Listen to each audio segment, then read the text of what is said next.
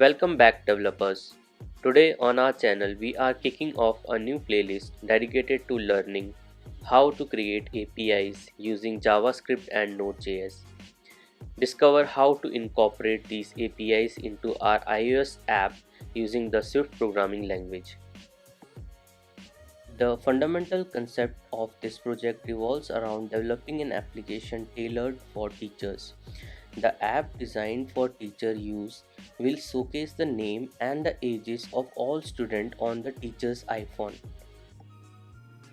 We will be developing an API with the endpoint API/v1/students, which will provide an array containing all student records. Now, using URL request in Swift, we will utilize this API to display the name and ages of all students in our iOS application. Let's explore how request and response move through an animated video. On the left side, you observe a teacher using an iPhone to view the names of all students.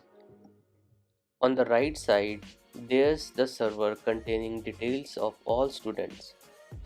Between them, you notice a dotted line representing the path for a request and response. When the teacher opens the app, we immediately send a request to API v1 students from the iPhone.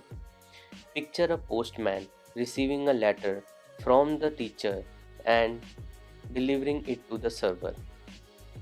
The server then drafts a response and the postman returns it to the teacher.